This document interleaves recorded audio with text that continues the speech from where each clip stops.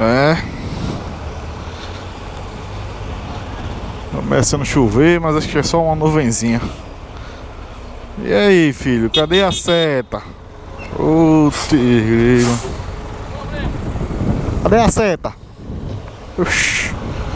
Babaca do caramba.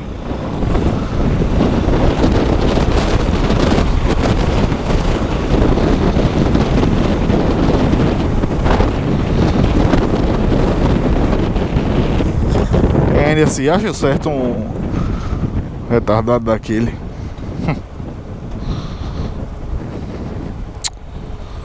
Me contar. Imaginar desse que a gente sabe como aqui procede no trânsito.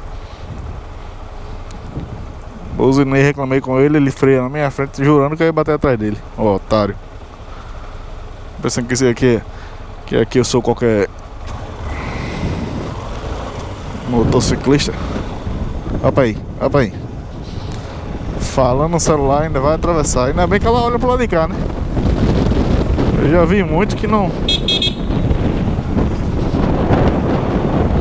E nem olha pro lado onde o retrovisor, onde o celular tá.